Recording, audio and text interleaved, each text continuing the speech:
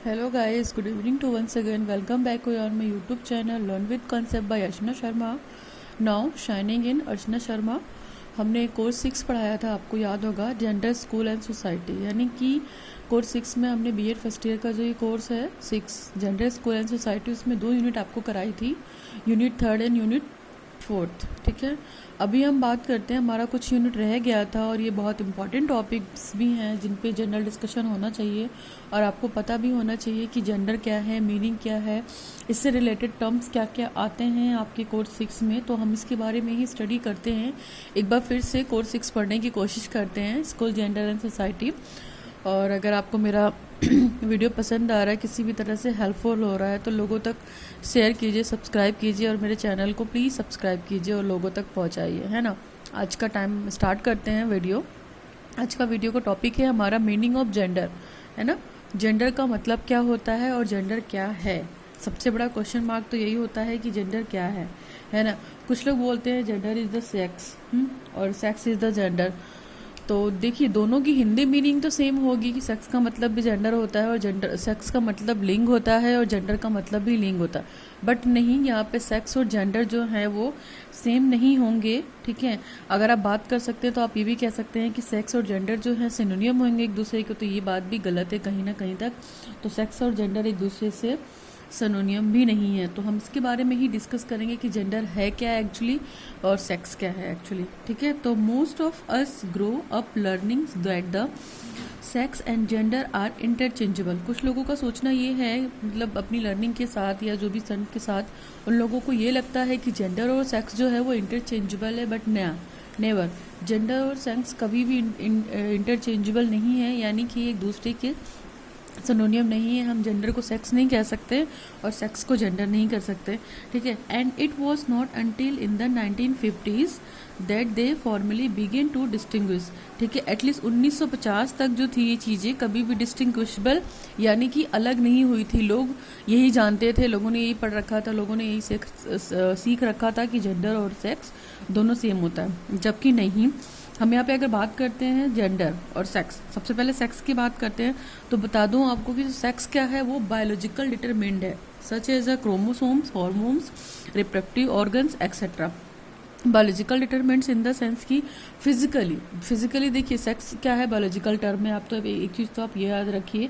और जिसको हम फिजिकली तथा बायोलॉजिकल डिफरेंस कर सकते हैं किसके किसके बीच में, मैन और वुमेन के बीच में। आपको पता है कि जो मेल क्रोमोसोम होगा हमारा वो XY क्रोमोसोम होगा और जो फीमेल क्रोमोसोम होगा वो XX क्रोमोसोम होगा। तो इनमें हम डिफरेंस कर लेंगे कि हाँ ये सेक्स है, बट हाँ इसको हम जेंडर कंसीडर नहीं कर सकते हैं, क्योंकि जो सेक्स का कंसीडरेशन है वो फिजिकल बेसिस पे है, फिजिकल स्ट्रक्चर पे है। फिजिकल बेसिस को देखकर हम ये डिफाइन करते हैं कि हाँ ये मेल है और ये फीमेल है। ठीक है, कुछ जेनाइटल ऑर्गन्स होते हैं, रिप्रोडक्टिव ऑर्गन्स होते हैं, इनके बेस पे भी हम कैटेगराइज करते हैं। ठीक है, ये तो सेक्स है। तो सेक्स को आप मोटा मोटा ध्यान रखिए, ये है बायोलॉजिकल डिटर्मिनेशन या बायोलॉजिकल टर्म। ठीक है, इसमें क्रोमोसोम्स भी आ सकते हैं, आपके हॉर्मोन्स भी आ सकते हैं, रिप्रोडक्टिव ऑर्गन्स भी आ सकते हैं, क्योंकि मेल और फीमेल का दोनों डिफरेंट होता है। नेक्स्ट है हमारा gender. Gender refers to the socially constructed characteristics of women and men. देखिए, जेंडर जो वर्ड है वो मैन और वुमेन दोनों के लिए यूज़ किया जाता है। क्यों? क्योंकि ये समाज के द्वारा बनाया गया कैरेक्टरिस्टिक्स है जो समाज उन्हें देता है। सपोज कीजिए एक जैसे स्त्री मेल है और फीमेल है, दोनों, एक जो शिशु होता है, एक जो बच्चा होता है, या तो वो मेल के फॉर्म में होता है या तो फीमेल के फॉर्म में होता है। हम किसी भी प्रकार से स्त्री पुरुष में विभेद करते हैं तो सबसे पहले हमारे दिमाग में क्या बात आती है, हमारे दिमाग में यही बात आती है कि जो बेबी बॉर्न हुआ है उसका सेक्स क्या है ना। तो सेक्स के बेस पे ही हम बोलते हैं ना, हॉस्पिटल में मान लीजिए बेबी ने बर्थ किया है तो फिर पेरेंट्स वालों को हॉस्पिटल वाले यही बताते हैं। तो किस बेसिस पे बताते हैं? उसके सेक्स को देखकर ही बताते हैं कि ये बेबी बॉय है और या बेबी गर्ल है। तो ये बायोलॉजिकल डिफरेंस है और ये फिजिकल डिफरेंस है, और ये सबसे बड़ा डिफरेंस है जो मेल और फीमेल में क्या डिफरेंस करता है। ठीक है, तो इस चीज़ को आप याद करिएगा, याद रखिएगा। और जेंडर जो है वो सोशली कंस्ट्रक्टेड है। ठीक, थोड़े से और टर्म्स पढ़ लेते हैं ताकि और भी चीज़ें क्लियर हो जाए आपकी। जेंडर, जेंडर सोशली कंस्ट्रक्टेड है such as a norms, roles and relationship of and between the groups of womens and men. देखिए जो जेंडर जो है वो समाज के द्वारा बनाया गया एक रूढ़िवादिता है, ठीक है। इसमें बहुत सारे नियम भी हैं, रोल्स भी हैं, रिलेशनशिप भी हैं। नियम इन द सेंस कि मेल और फीमेल के लिए अलग अलग नॉर्म्स हैं, मेल और फीमेल का अलग अलग रोल है सोसाइटी में, और दोनों के बीच का रिलेशनशिप है, ठीक। These influences the way that the people act, interact and feel about themself. ये सारी चीज़ें ही उनकी लाइफ पे प्रभाव डालती हैं कि व्यक्ति कैसे जीता है, कैसे इंटरैक्ट करता है और कैसे फील करता है अपने आप को कि हाँ वो मेल है और वो फीमेल है। इसी के बारे में अगर हम बात करते हैं और तो मतलब सिंपल तौर पे देखा जाए तो आप ये भी कह सकते हैं कि सेक्स क्या हो गया, सेक्स तो नेचर हो गया क्योंकि नेचर ने दिया है, ठीक है। नेचर ने सेक्स दिया है तो इसलिए वो नेचर हो गया। और जेंडर क्या है, वो नर्चर है। नर्चर को यहाँ पे आप आई थिंक कल्चर से भी कंसीडर कर सकते हैं, बिकॉज ऑफ दैट कि देखिए नेचर ने जो आपको दिया है उससे डिसाइड होगा कि आप मेल हैं या फीमेल हैं, ठीक। मान लीजिए सेक्स है तो ये तो इससे डिसाइड होगा कि ये मेल है और ये फीमेल है, लेकिन जहाँ पे आप रहेंगे वो आपका नर्चर कहलाएगा। नर्चर इन द सेंस कि जिस संस्कृति में आप बिलोंग कर रहे हैं, जो बिहेव आप सोसाइटी में शो कर रहे हैं, ठीक है, तो ये आपका नर्चर होता है। और नर्चर को हम लोग as a consider, as a behave, ये सारी चीज़ें भी करके कंसीडर करते हैं। So a sex difference is due to the nature. Sex का डिफरेंस नेचर के माध्यम से है, but behaviour is never either nature और नर्चर। लेकिन व्यवहार क्या है, नेचर और नर्चर नहीं हो सकता किसी भी कीमत से। केवल आपका कल्चर या जहाँ आप रह रहे हैं, जिस एनवायरनमेंट में आप रह रहे हैं, वो आपका नर्चर है। It is always a very complex interweaving of with. दोनों एक दूसरे में काफ़ी उलझे हुए हैं, इसलिए समझने में थोड़ा सा कठिनाई होता है। नेक्स्ट है हमारा person gender is complex inter relationship between the 4 dimension. यहाँ पे मैं आपको 4 डायमेंशन बता रही हूँ, ठीक है, दोनों के बीच में कि क्या क्या चीज़ें होती हैं और क्या क्या टर्म्स यूज़ होते हैं। तो आप ये 4 डायमेंशंस को याद कर लेंगे तो आपका जेंडर और उसका कॉन्सेप्ट क्लियर हो जाएगा। Now we come to the next page. देखिए मैंने यहाँ पे फ्लो चार्ट बना रखा है, तो इस फ्लो चार्ट से आप ये समझने की कोशिश कीजिए।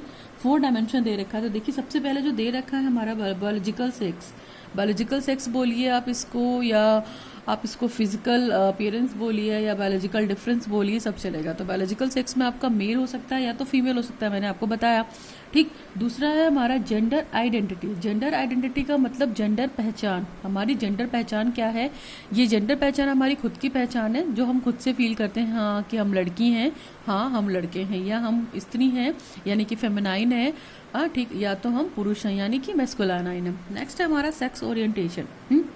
सेक्स ओरिएंटेशन में यहाँ पे देखिए अब हम उन चीज़ों को पढ़ेंगे कि आप मतलब किस तरीके के कपड़े पहनते हो। जैसे मेल है तो मेल पैंट शर्ट पहन लिया उसने, उसके बाल छोटे होंगे, है ना, तो उसके गेस्चर को भी देखकर, गेस्चर पोस्चर को भी देखकर हम बता सकते हैं, जेस्चर पोस्चर को देखकर हम ये बता सकते हैं कि उसका सेक्स ओरिएंटेशन मेल है या फीमेल है, ठीक है। जैसे फीमेल होगी तो वो स्कर्ट्स वगैरह पहन सकती है, सूट वगैरह पहन सकती है ना, बाल लंबे रखेगी, सॉफ्ट स्पोकन होगी in comparison to male. Male की वॉइस हार्ड होगी, दाढ़ी नहीं होगी। तो ये सारी चीज़ें क्या है, ये भी एक तरीके से देखा जाए तो सेक्स ओरिएंटेशन में आती हैं। नेक्स्ट है हमारा जेंडर एक्सप्रेशन। जेंडर एक्सप्रेशन में हमारा फिजिकल अपीयरेंस आ जाएगा कि हमने जैसे क्लोथिंग पहन रखी है, हमारे चॉइस क्या है, हम किस तरह चलते हैं, किस तरह बात करते हैं, है ना, ये सारी चीज़ें इंक्लूड होंगी। तो ये चारों टर्म आप याद रखिएगा। पहला टर्म बायोलॉजिकल सेक्स है, दूसरा है हमारा जेंडर आइडेंटिटी यानी कि जेंडर पहचान क्या होती है, तीसरा है हमारा सेक्स ओरिएंटेशन, और चौथा है हमारा जेंडर एक्सप्रेशन। तो अभी नहीं टर्म को फटाफट क्लियर कर लेते हैं 2-3 लाइन में और आपका ये टॉपिक क्लियर हो जाएगा। पहले देखिए सबसे पहला है बायोलॉजिकल सेक्स। तो मैंने ऊपर आपको बताया ही कि the classification of a person as male और female at the birth time. Birth के समय पे हम क्लासीफाई कर देते हैं कि ये बच्ची मेल है या बच्ची फीमेल है, ठीक है, ये बेबी बॉय है या बेबी गर्ल है क्या, ठीक। नेक्स्ट है हमारा usually based on the appearance of their genital organ. मैंने बोला कि रिप्रोडक्टिव ऑर्गन या जेनाइटल ऑर्गन के बेसिस पे हम अपनी फैमिली वालों को ये बता देते हैं, डॉक्टर लोग या डॉक्टर्स, कि ये बेबी गर्ल है या बेबी बॉय है। I hope you will be understand. Next है हमारा जेंडर आइडेंटिटी। जेंडर आइडेंटिटी का मतलब है कि जेंडर पहचान या लिंग पहचान। तो the same that one is a man और अ वुमेन। देखिए जेंडर आइडेंटिटी का मतलब है कि वुमेन की अपनी पहचान है सोसाइटी में, फीमेल की अपनी पहचान है, मेल की अपनी पहचान है ना। जिससे मेल का रोल अलग हो गया सोसाइटी में, फीमेल का रोल अलग हो गया। मेल का रोल क्या है, घर मतलब जॉब करना है, पैसे कमाना है, घर खर्च चलाना है। फीमेल का क्या काम है, घर की चार दीवारी के अंदर उसको खाना बनाना है, अपने बच्चों को देखना है, कपड़े से लेके मतलब XYZ सारी काम जो किचन से रिलेटेड है वो उसको करने हैं, और अपने बच्चों के केयर टेकर भी बनना है। तो ये एक तरीके से जेंडर आइडेंटिफिकेशन है जिसे सोसाइटी ने बना दिया है, ठीक है। और वो अपने आप में ही एक तरीके का सेल्फ कॉन्सेप्ट है जेंडर आइडेंटिटी, कि हम क्या फील करते हैं, ठीक है। हमारे अंदर अगर आप सपोज कीजिए आप फीमेल हैं तो आप खुद फील करती हैं कि हाँ हम फीमेल हैं, हम सॉफ्ट स्पोकन हैं, ठीक है, फ्लेक्सिबल हैं, हम इमोशनल हैं, ठीक। तो ये सारी चीज़ें अपने अंदर खुद से आ जाती हैं। क्यों? क्योंकि हमारे अंदर बचपन से ये चीज़ें सारी डाल दी जाती हैं। जब हम पैदा होते हैं, 1.5-2 साल के होते हैं, तब से हमें पता चलने लगता है कि हाँ हम गर्ल हैं या बॉय हैं। नेक्स्ट है हमारा gender expression, a person's presentation including the physical behaviour, clothing choice and behaviour. देखिए एक पर्सन की बिहेव से भी हम उसको डिटरमाइन कर सकते हैं कि ये मेल है या फीमेल है, ठीक है। और फिजिकल अपीयरेंस से भी देख सकते हैं। मैंने बोला ना कि मेल होगा तो भी आप पहचान लोगे, ठीक है। वो थोड़ा हार्ड होगा, हार्ड स्पोकन होगा, उसके कपड़े डिफरेंट होंगे, उसकी क्लोथिंग स्टाइल डिफरेंट होगी, चॉइस डिफरेंट होगी, और उसका बिहेवियर भी डिफरेंट होगा, ठीक है। मैस्कुलाइन और फीमेलाइन। तो हम जेंडर एक्सप्रेशन की बेसिस पे या तो वो स्त्री होगा या तो वो पुरुष हो सकता है। तो ये हम डिफाइन कर सकते हैं मैस्कुलाइन और फेमिनाइन।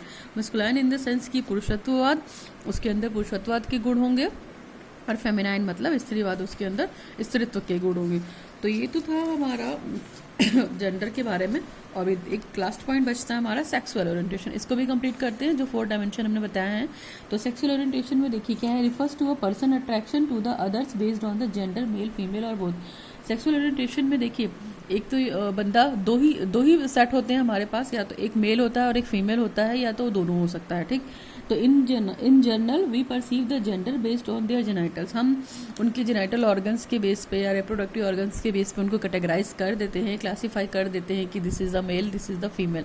नाउ जब वो छोटे होते हैं, बड़े होते हैं, तब तो वो सारी चीज़ें फिजिकल अपीयरेंस के बेस पे ही कर देते हैं, है ना।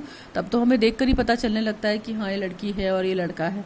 लेकिन जब वो पैदा होते हैं तब हम डिटरमाइन नहीं कर पाते हैं विदाउट जेनाइटल ऑर्गन, ठीक।